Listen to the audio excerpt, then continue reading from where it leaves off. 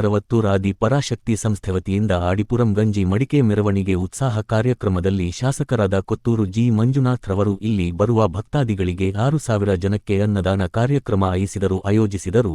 ಕಾರ್ಯದರ್ಶಿಯಾದ A ಕೃಷ್ಣಪ್ಪನವರು ಮತ್ತು ತಂಡದವರಿಂದ ಡಾ.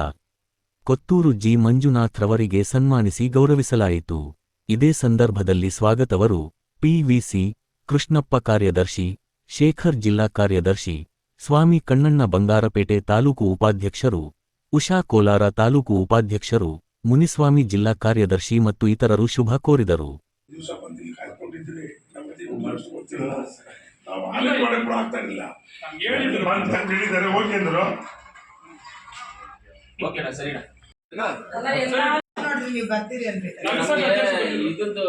ಆಗಿತ್ತು ನಮ್ಗೆ